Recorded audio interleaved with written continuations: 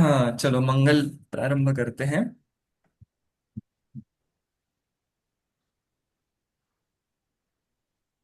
हाथ जोड़ करके, आंख बंद करके, अपने सामने चारों तरफ हजारों करोड़ों मुनिराजों को देखो। कोई पहाड़ पर है, कोई गुफा में, कोई नदी किनारे, पेड़ के नीचे। शरीर पर कीड़े हैं, बहुत ज्यादा ठंड है, गर्मी है। अनेक दिनों तक आहार नहीं हुए। बाहर से देखो तो दया आ रही है। देखो चारों तरफ 1000, 20,000, 40,000 मुनिराज है। थोड़ा ध्यान से देखो। बाहर से देख करके तो करुणा आती है, पर अंदर में इतना आनंद है, इतना आनंद है कि हजारों करोड़ों करोड़ों करोड़ों असंख्यातों पृथ्वियों का जितना जिसका वर्चस्व है, ऐसे स्वर्ग के इंद्र भी आपके जैसा बनने के लिए उतावले होते हैं। इतना इतना इतना अतीन्द्रिय अनंत आनंद उन मुनिराजों को अंदर में आ रहा है। मानो वो चारों तरफ हजारों मुनिराज मुझे बोल रहे हैं कि इस भव में उस रस को चखे बिना लौट जाना, इस मनुष्य भव को व्यर्थ गंवाना होगा। और उन सब के बीच में खड़ा मैं, जो आज भी अपना पौरुष, शक्ति, परद्रव्यों को इकट्ठा करने में और अपने आप को शरीर मानने में व्यर्थ गवाता हूँ, वो एकत्व टूटे। इस भावना से मंगल प्रारंभ करते हैं। ओमकार का उच्चारण करते ही शरीर से भिन्न शुद्धात्म तत्व का विचार। सावधान। ओम नमः सिद्धेभ्यः। ओम नमः सिद्धेभ्यः।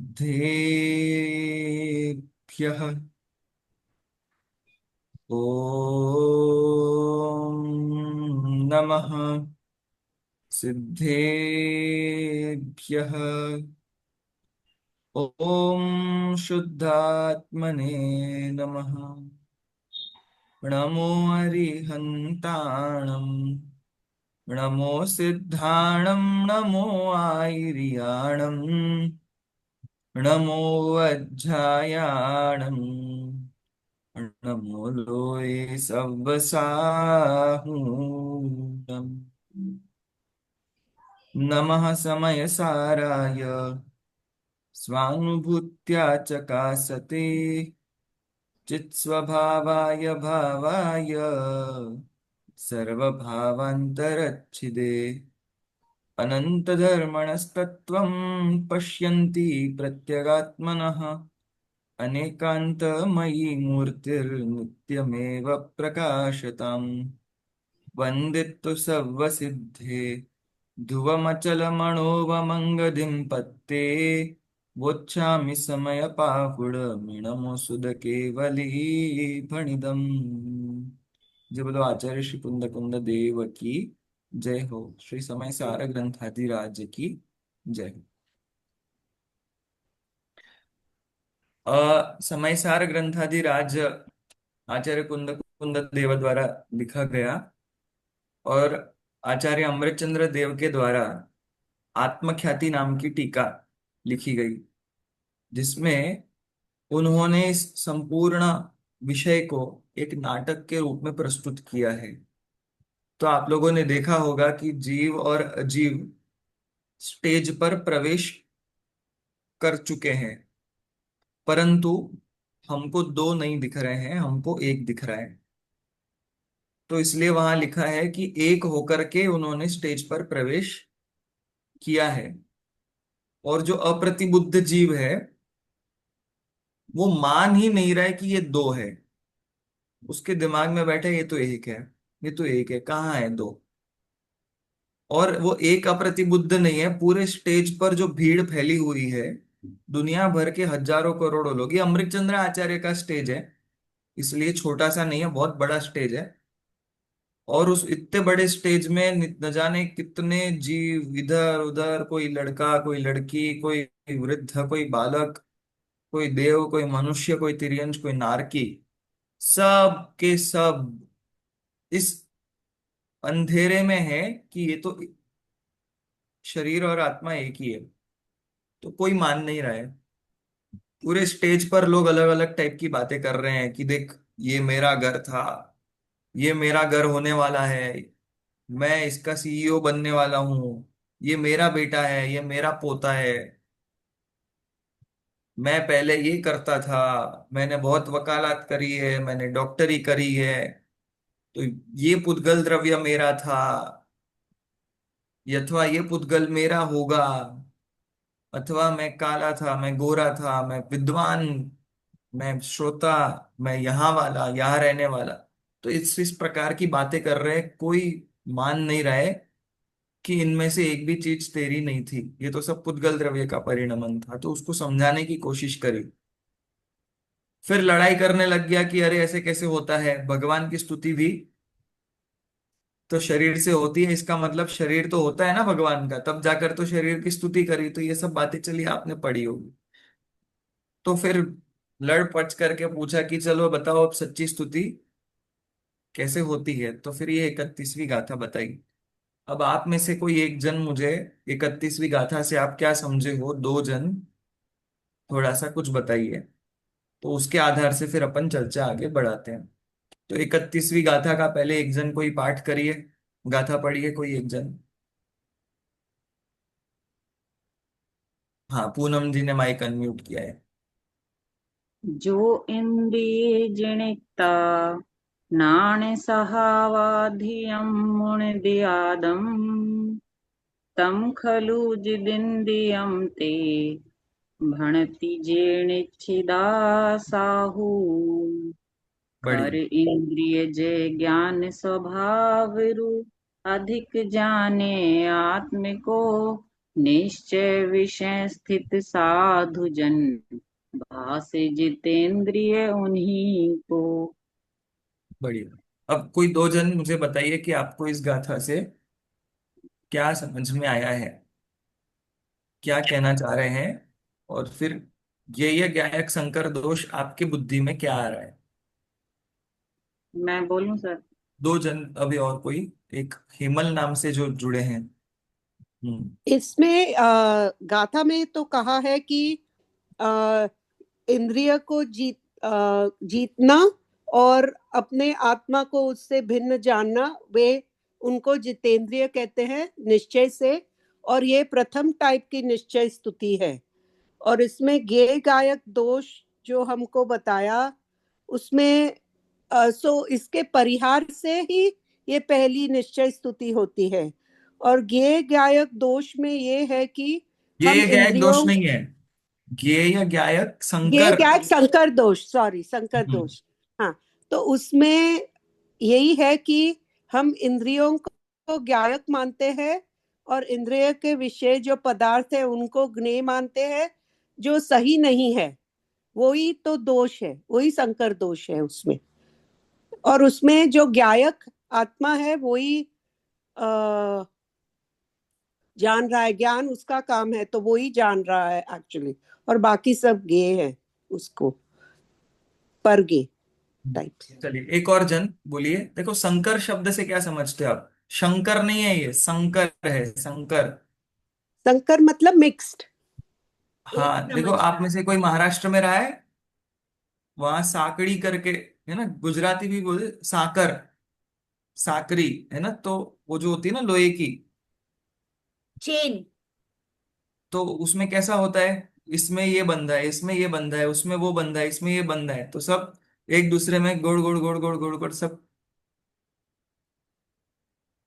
क्या बोलते हैं, वायर्स बहुत सारी मिक्स करके जैसी मिक्स हो जाती है, तो कौन कहाँ से रस्सी निकल रही है, कहाँ से नहीं निकल रही, कुछ पकड़ में नहीं आ रहा है। ठीक है। हाँ, अब एक और जन कोई बोलिए।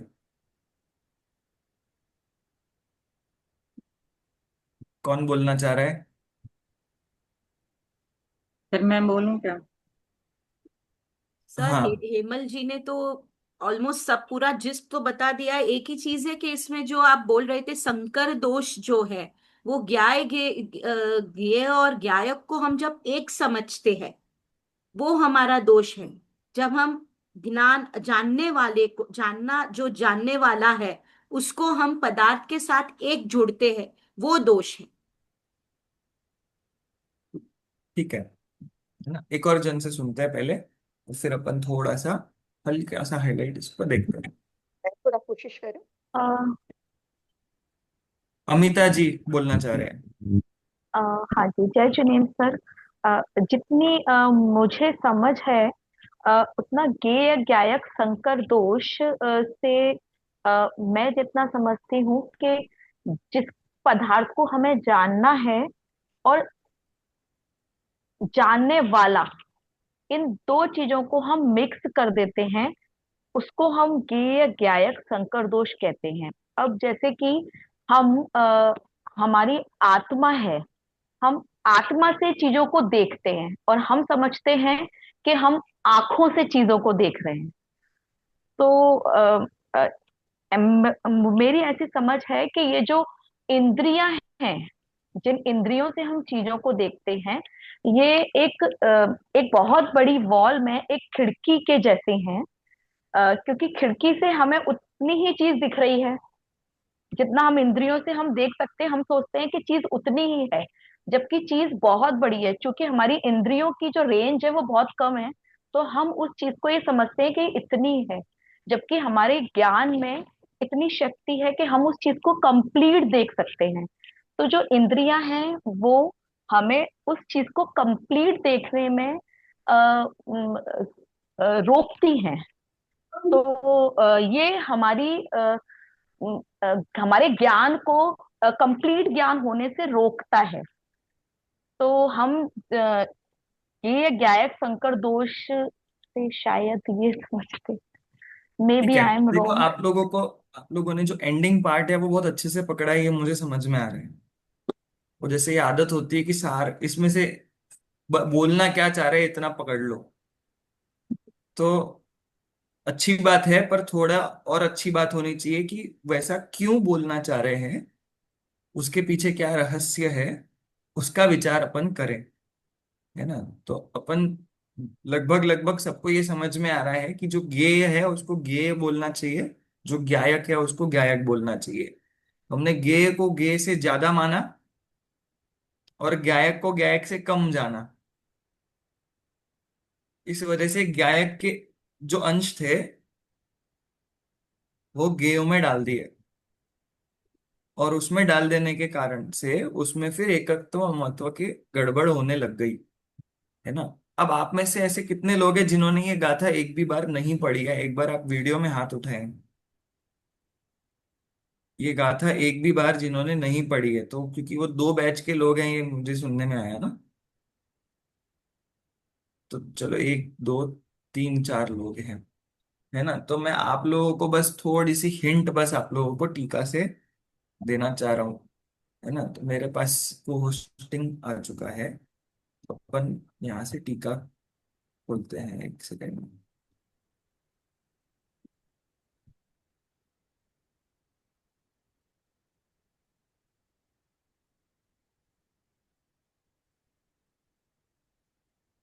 जिसके पास अनुशीलन है, ठीक है, अपन थोड़े आचार्य भगवंत के शब्दों का मजा लेने की कोशिश करते हैं। तो आप लोगों को स्क्रीन पर ग्रंथ दिख रहा होगा।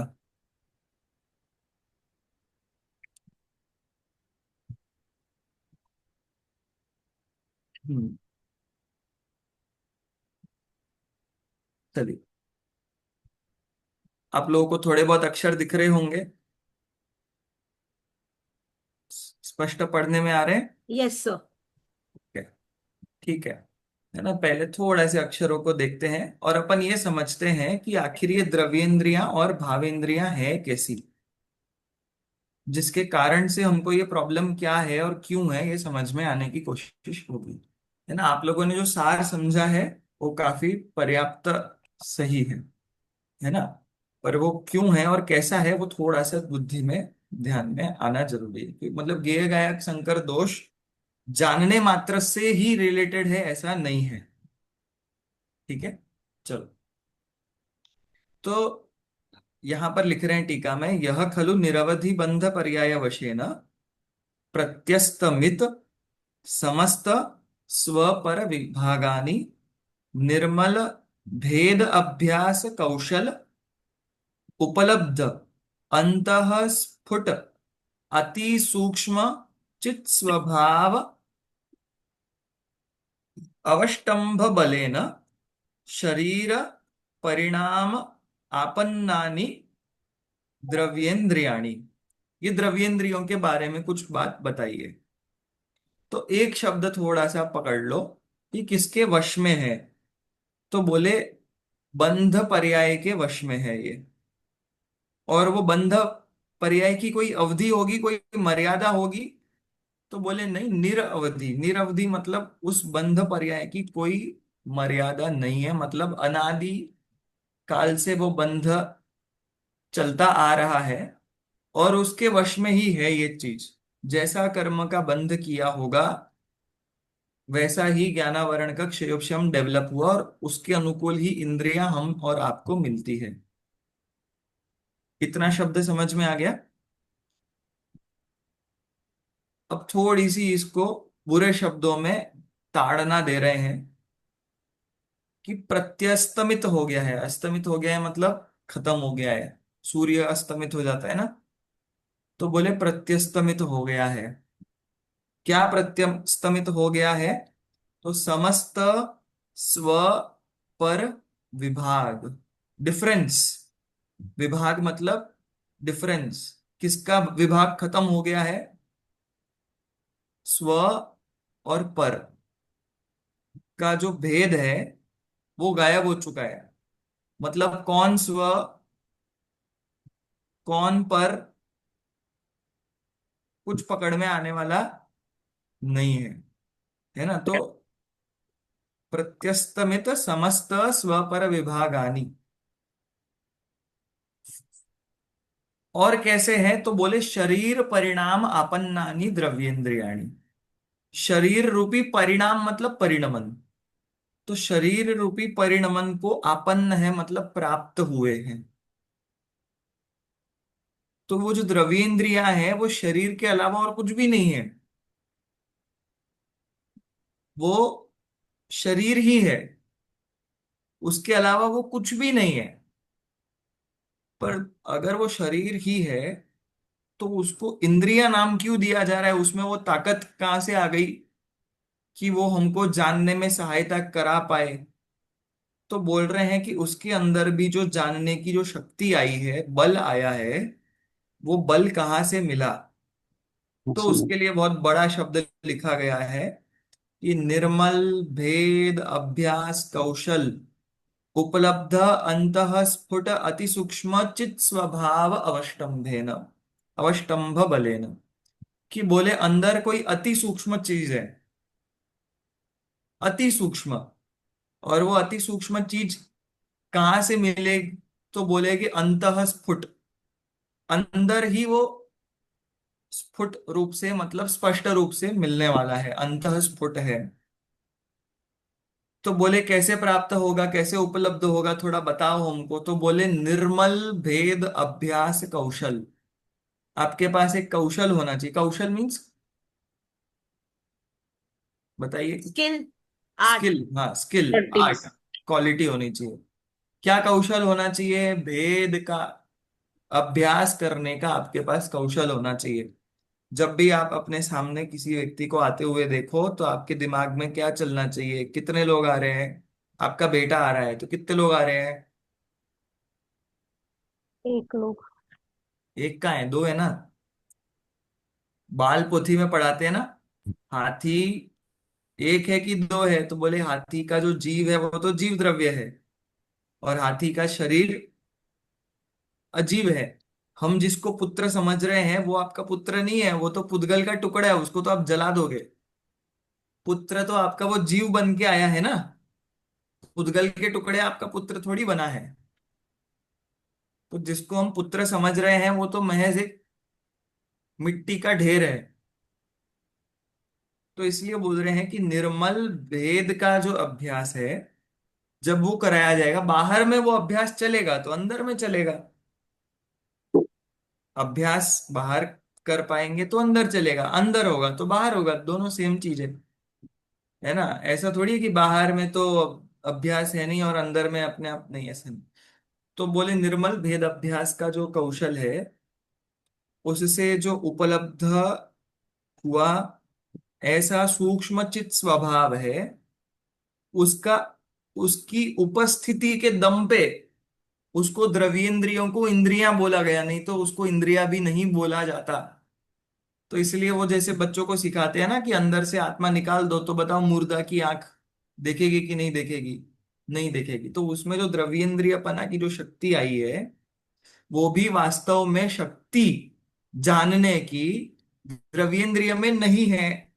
उसमें जो बल आ रहा है वो कहाँ से आ रहा है? मेरे अंदर में। पर मैंने क्या मान के रखा है कि द्रव्येंद्रियों से हो रहा है। तो आप लोगों ने जो अंत में सार सुनाया, यही सार सुनाया कि हमको लग रहा है कि इंद्रियां जान रही है। तो आपने एक उदाहरण भी दिया कि मानो वो एक खिड़की का काम कर रही है, तो खिड़की कुछ देखती नहीं है, आदमी खिड़की में से देख रहा है ना। पर ये खिड़की मात्र तो एकदम खिड़की जैसा भी काम नहीं है, थोड़ी बहुत उसमें योग्यता भी वहां पर इंद्रियों में वैसी होती है ना, क्योंकि देखने का काम इसी इंद्रिय में है। यहाँ भी खिड़की तो है पर यहाँ से दिखेगा नहीं। ठीक है, तो कान में मुंह में जहां भी गैप है तो वहां बोले वहां से देखने की कोशिश करो। तो इट्स नॉट ओनली कि शरीर का छेद है, इतना नहीं है, बट वो वहां पर वो इंद्रियां हैं। पर खैर, काम उसका खिड़की जैसा ही है।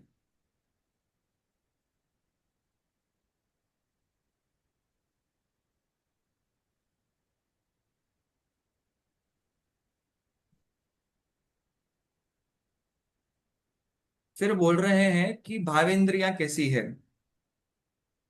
तो वास्तव में आप लोगों को अगर पता होगा कि भावेंद्रिया जो होती है वो पुद्गल से नहीं बनती है। आप लोगों ने तत्वार्थ सूत्र पहले पढ़ा होगा, तो उसमें सूत्र आता है लब्ध्युपयोगौ भावेंद्रियम और निर्वृत्युपकरणे द्रव्येंद्रियम। तो जो बाहर की शरीर की जो रचना है, विच इज पुद्गलमय, वो द्रव्येंद्रिय होता है। और जो अंदर आत्मा की जो रचना है, आत्मा के जो परिणाम है, उसमें जो लब्धि और उपयोग है ना। तो लब्धि मतलब जो प्राप्त शक्ति है जानने की। फॉर एग्जाम्पल, अभी हमारे पास पांच इंद्रिय के विषयों को जानने की शक्ति है, शरीर में नहीं, आत्मद्रव्य में, आत्म प्रदेशों में, है ना। परंतु यहाँ के जो आत्म प्रदेश है इसके पीछे, उनमें देखने की शक्ति है ना। तो ये आप लोगों को पता हो नहीं पता हो, देखने की शक्ति संपूर्ण आत्मा प्रदेशों में नहीं होती है। इसके पीछे जो आत्मा प्रदेश है उनमें ही वर्णों को विषय बनाने की योग्यता होती है। पूरे ऊपर से नीचे जो आत्मा प्रदेश फैले हुए हैं उनमें पूरे में वो योग्यता नहीं होती है। कुछ प्रश्न पूछना है पूनम जी? पर सर आत्मा के प्रदेश तो बड़ी तेजी से घूमते रहते हैं, तो जो इस पर्टिकुलर स्थान में आएंगे उनमें योग्यता होएगी, क्योंकि बिल्कुल। आत्मा तो सर्वांग से जानता है ना। बिल्कुल नहीं, सर्वांग से जानता है ये नहीं बोलना है। सर्वांग से जानता है ये नहीं बोलना है, सर्वांग में ज्ञान है। ये सिद्ध परंतु भगवान कौन से प्रदेशों से जान रहे हैं? उनकी तो इंद्रियां है नहीं, वो तो सर्वांग से जान रहे हैं ना। हाँ, तो अभी हम मति ज्ञान की बात कर रहे हैं। सिद्ध भगवान को मति ज्ञान ही नहीं है, इंद्रिय ज्ञान ही नहीं है। तो उनको उस प्रकार की विषय को जानने के लिए इंद्रियों की आवश्यकता ही नहीं है। अभी जैसे एकेंद्रिय जीव है, तो एकेंद्रिय जीव में ज्ञान तो है, तो वो देख सुन क्यों नहीं पा रहा है? तो वैसा सर तो कह रही हूँ कि जैसे आत्मा के प्रदेश घूमते हैं, तो जो प्रदेश इस पर्टिकुलर इंद्रिय के सामने आएंगे, हम उससे जैसे देखते हैं सुनते हैं, लेकिन आत्मा के प्रदेश तो सर्वांग से जानते हैं, क्योंकि जो प्रदेश अभी यहाँ नीचे हैं वो अभी थोड़ी देर में यहाँ पे आ गई, तो वो देख रहे मैं हैं। वही कह रहा हूं, ज्ञान सर्वत्र है, वर्ण विषयक ज्ञान ग्रहण करने की शक्ति सर्वत्र नहीं है। जैसे जो प्रदेश हाथ के अंदर में है, वो वर्ण को विषय नहीं बना सकते हैं, वो स्पर्श को विषय बना सकते हैं। ठीक है। अब वो भी जो स्पर्शन इंद्रिय से जुड़े हुए हैं, फॉर एग्जाम्पल आप अपने किडनी का टच सॉफ्ट है कि कड़क है, फील करो, वहां पे आत्म प्रदेश है ना। तो आप टच करके बताओ थोड़ा आत्म प्रदेशों से कि वो कड़क है कि सॉफ्ट है, ठंडी है कि गर्म है, किडनी, हार्ट। नहीं कर पा रहे। आत्मा प्रदेश तो है वहां पर, ज्ञान भी है। तो ज्ञान संपूर्ण आत्मा प्रदेशों में ही होता है, परंतु विशिष्ट विषय को ग्रहण करने की योग्यता विशिष्ट क्षेत्र में है। इसीलिए यहां पर लिखा है, देखो, प्रति विशिष्ट स्व स्व विषय व्यवसायी। प्रति विशिष्ट मतलब डेफिनेट, अपने सर आप अपने विषय का व्यवसाय करते हैं। सर, मेरी मतलब एक रिक्वेस्ट है कि संस्कृत से पढ़ा रहे हो सर, और हम में से किसी ने, मतलब बहुत से लोग तो ऐसे हैं जिनको हिंदी भी ठीक से नहीं आती, तो संस्कृत पूरी ऊपर से जा रही है सर सबके। नहीं आ रहा समझ में, अभी कोई शब्द नहीं आया समझ में। संस्कृत कोई नहीं जानता सर, हिंदी भी सर वीक आप है। सर आप पढ़ के समझा रहे हैं तो समझ रहा है, मगर हमको वो वर्ड्स के मतलब नहीं समझेंगे संस्कृत के, मगर आप समझा रहे हैं इसलिए समझ रहा है। नहीं, अभी जो समझाया वो पकड़ में आ रहा है कि नहीं आ रहा है। हाँ हाँ हाँ, बिल्कुल हाँ पकड़ जी, में आ हाँ रहा है है। जी। ना। तो आएगा, बिल्कुल। अभी चिंता मत करो, सबको आ जाएगा। है ना, जो शब्द नहीं समझ में आए वो शब्द आप पूछ लो। ठीक है। हम्म, चलो। तो प्रतिविशिष्ट मतलब क्या होता है, डेफिनेट। है ना। तो प्रतिविशिष्ट मतलब डेफिनेट, अपना अपना विषय, स्व स्व विषय। तो जो भावेंद्रियां होती है, लब्ध्युपयोग नाम की जो भावेंद्रियां होती है, तो आत्म प्रदेशों में उस प्रकार की योग्यता होती है कि अपने अपने विषय को जानने का व्यवसाय करना। व्यवसाय मतलब business, mind your own business. तो वो भावेंद्रिय आत्म प्रदेशों में माइंड योर ओन बिजनेस नाम का काम होता है। स्व स्व विषय में व्यवसाय करते हैं, अपने अपने विषय में ही वो काम करते हैं। इसलिए खंडशः आकर्षण करती हुई मतलब विषयों को ग्रहण करती हुई, प्रतीयमान अखंड एक चित शक्तितया भावेंद्रिय। अब आपकी ही बात आई कि प्रतीयमान, प्रतीयमान मतलब प्रतीति में आ रहा है।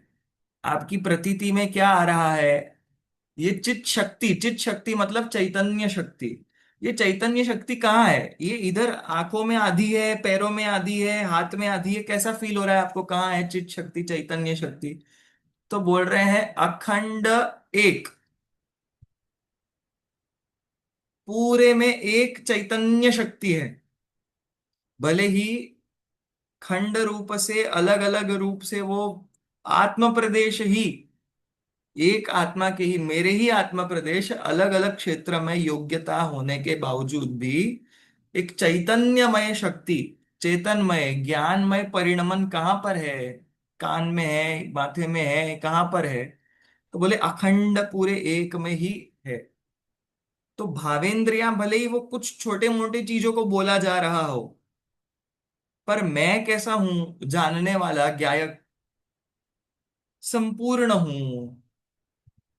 इसीलिए भावेंद्रियों से भी अपना परिचय मुझे कराने की जरूरत नहीं है। तो द्रव्येंद्रियां हो या भावेंद्रियां हो, वो जानने में साधन है भले ही, पर वो मेरे चैतन्य स्वरूप को बता रही है ऐसा नहीं है। ठीक है। तो मतलब जो द्रव्येंद्रिय और भावेंद्रियों का इतना लंबा स्वरूप बताया, वो इसलिए बताया जिससे हमको रियलाइज हो कि ये चैतन्यमय जो ज्ञायक है, उससे ये कुछ अलग है। और इनको ज्ञायक मान लेना गड़बड़ हो जाएगा। ये ज्ञायक नहीं है। ठीक है, ये साधन है, निमित्त है, सब कुछ है, परंतु ये ज्ञायक नहीं है। ज्ञायक मैं हूं, और मैं कुछ अलग चीज हूं, इतना मैं नहीं हूं। ये तो कम ज्यादा हो, कभी चार इंद्रिय का क्षयोक्षम हो, कभी एक इंद्रिय का हो, कभी सर में हो, कभी पैर में हो, नहीं हो, बदलता रहे। अब बेहोशी की दवाई का इंजेक्शन लेगा तो वहां से नॉलेज नहीं होगा उतने क्षेत्र का, तो आत्मा प्रदेश गायब हो जाएंगे क्या? नहीं होंगे बस। तो इस प्रकार से वो थोड़ा सा पकड़ना है। हम्म।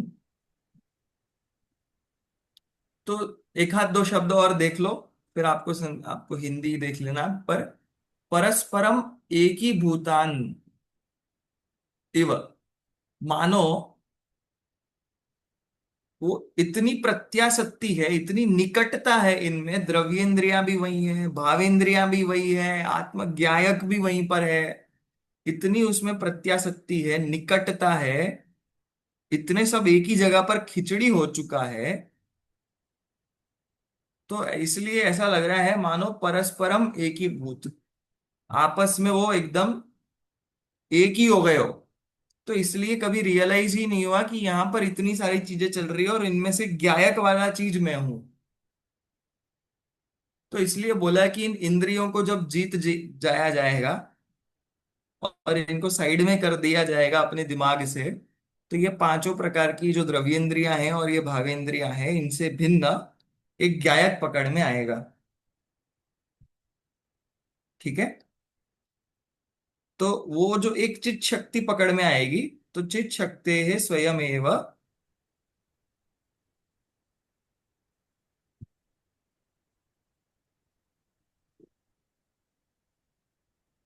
और सब ये लिखा हुआ है जितना भी लंबा जीता हुआ है, परंतु बोलेंगे सर्वथा स्वतः पृथक करणेन, पूर्ण रूप से स्व से उसको एकदम पृथक कर देने के कारण से आदमी उनको जीत चुका है। वास्तव में तो कोई सम्यक दृष्टि इंद्रिय जयी नहीं होता, इंद्रिय जयी होते हैं मुनिराज, तीन कषाय चौकड़ी के अभाव में। उसके पहले इंद्रिय विजय नहीं होते। आप लोगों ने मूल गुण सुने होंगे ना, 28 मूल गुण, उसमें पंच इंद्रिय विजय है। तो वो होता तो मुनिराजों के है। पर यहाँ पर क्या है, इंद्रियों को जीत लिया, इसका मतलब उस फांसे में अब मैं नहीं आने वाला हूं। क्योंकि लग रहा था वहां से ज्ञान हो रहा है और ज्ञानमय मैं हूं, तो ज्ञान वहां हो रहा है, तो बार बार अपनापन वहां जा रहा था।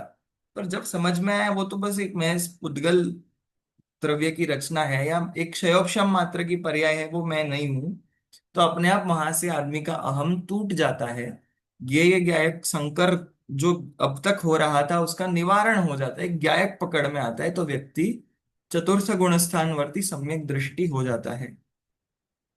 और इस जीव को निश्चय से जिनेन्द्र भगवान का स्तुति करने वाला कहा गया है।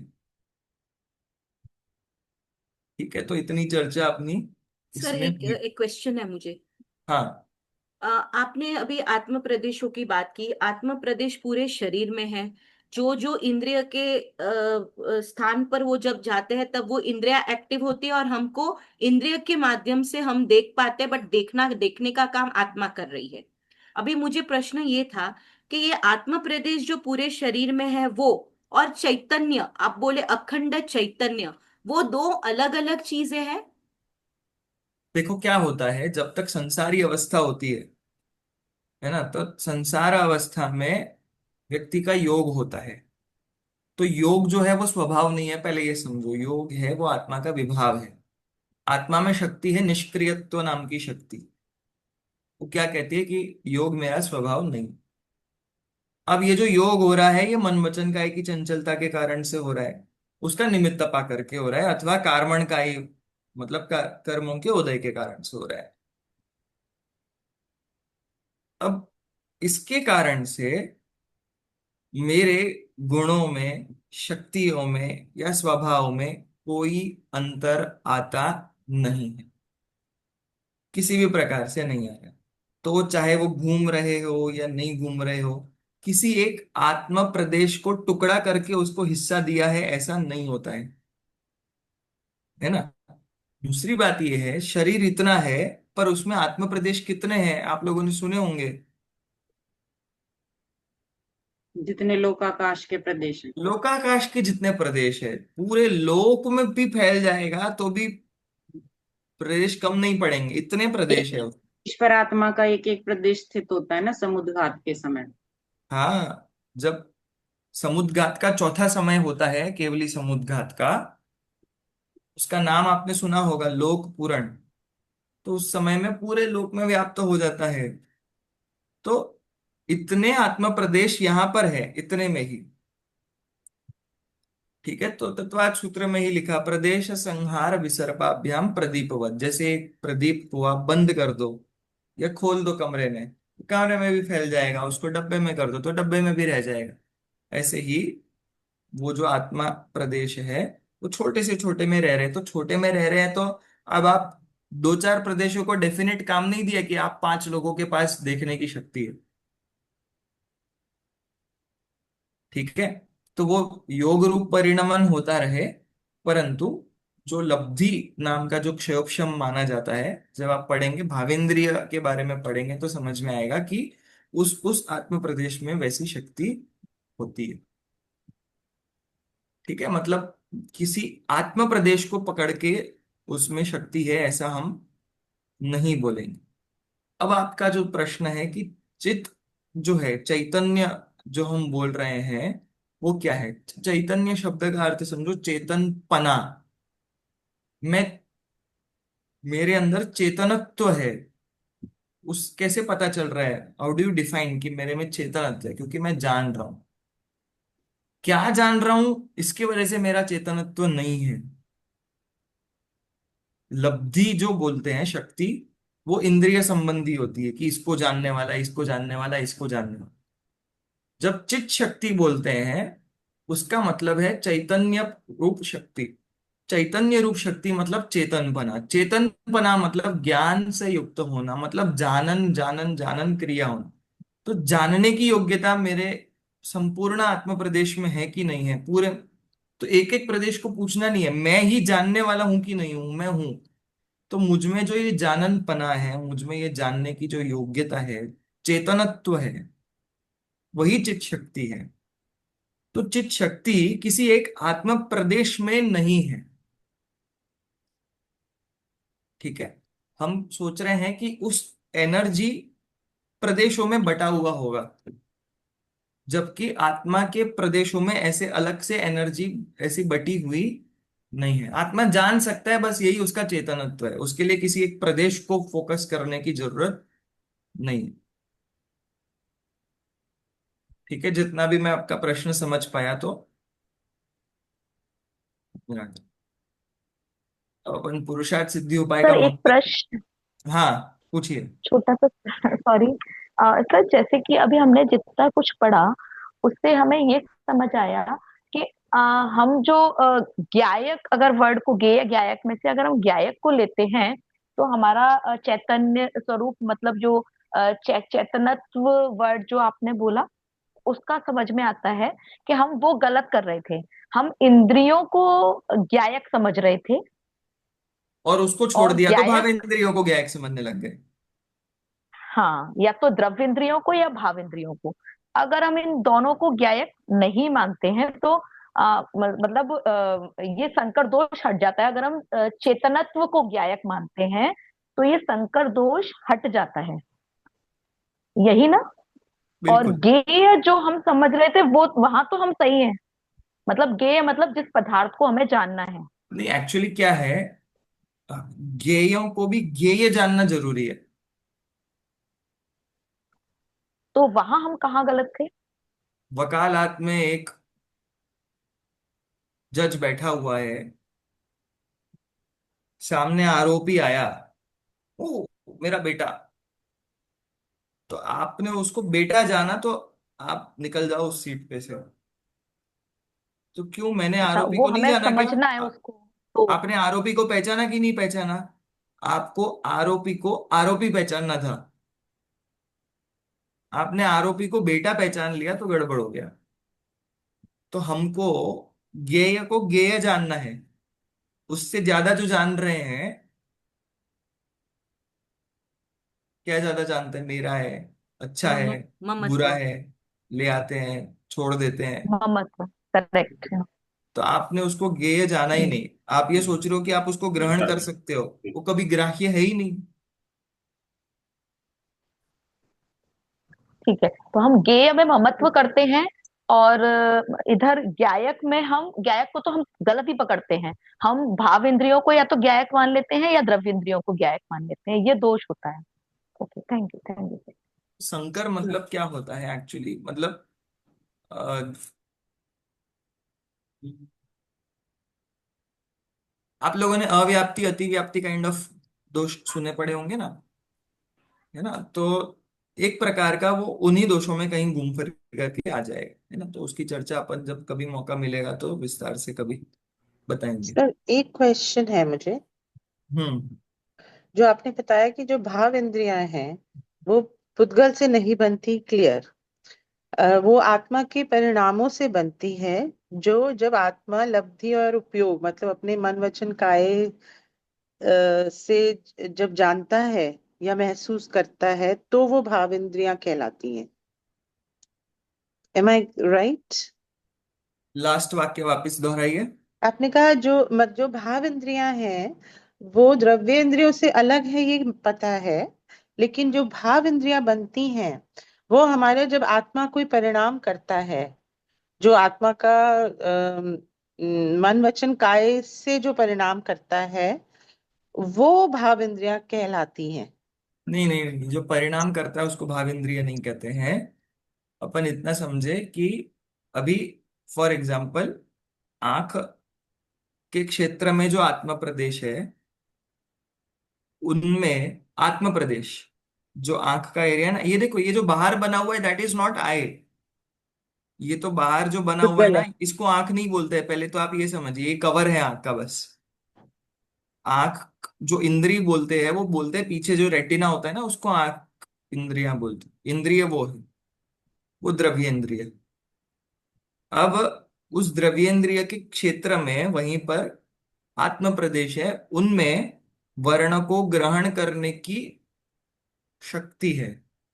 वर्ण को मतलब पुद्गल के वर्ण गुण का कलर। जो पर्याय है ना, कलर्स, उसको हाँ। ग्रहण करने की शक्ति है। वो कैसे आई?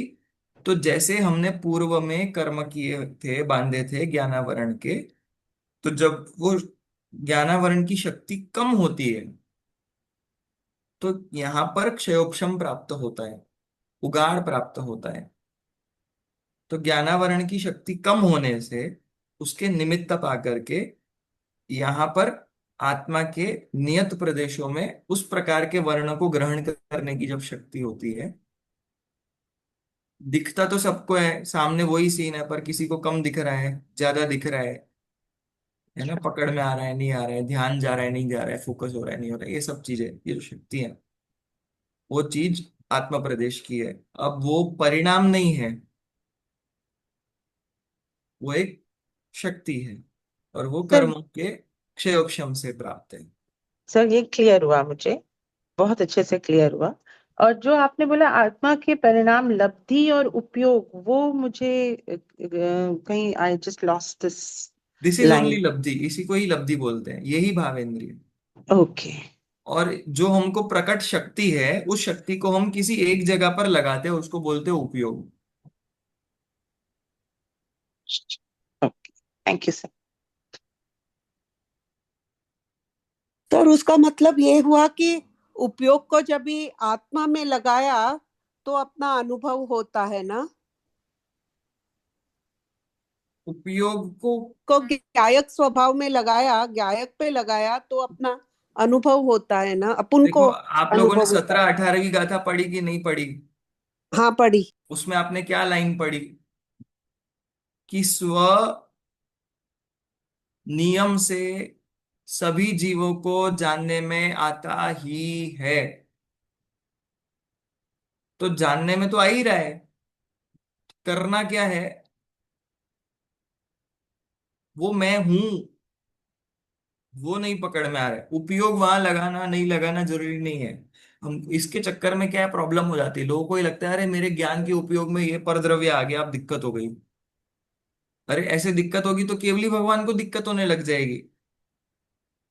तो ज्ञान में कौन आ रहा है उसका मतलब नहीं है, ज्ञान में आई हुई चीज को हम कैसा जान रहे हैं, किस रूप जान रहे हैं, उससे मतलब है ना। और नियम से सर्वदा जो ज्ञान है वो स्व पर प्रकाशक ही होता है। कोई ज्ञान ऐसा नहीं है कि सिर्फ पर प्रकाशक, सिर्फ स्व प्रकाशक, कभी नहीं, तीन लोग तीन कारण।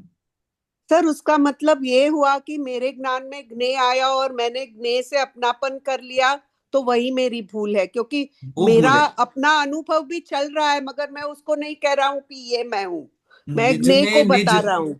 निज में निज, पर में पर भासित सम्यक ज्ञान होगा।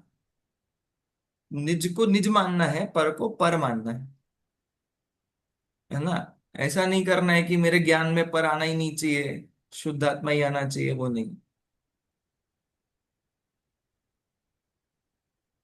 ठीक है। बहुत चलो। अच्छा समझाया सर, थैंक यू, धन्यवाद।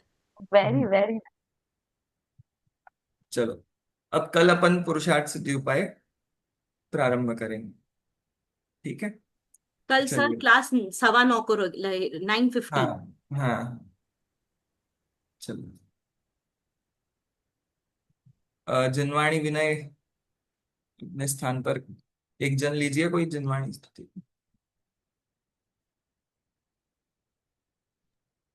मैं बोलती हूँ। हाँ, तीन नमोकार मंत्र भी अंत में बोलना साथ में। हाँ। निज निधि निज में बताई, यह अनंत उपकार है, इसके लिए जिनवाणी माँ को वंदना शत बार है, वंदना शत बार है।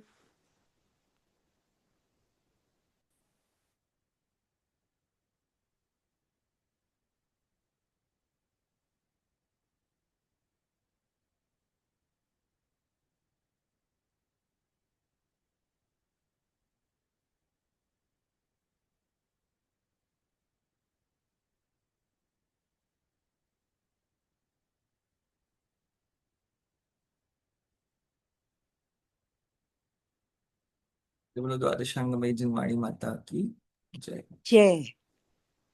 श्री जिनेन्द्र। चलिए। जय जिनेन्द्र सभी को। जय जिनेन्द्र सर, जय जिनेन्द्र। जय जिनेन्द्र सभी को। जय जिनेन्द्र सभी को।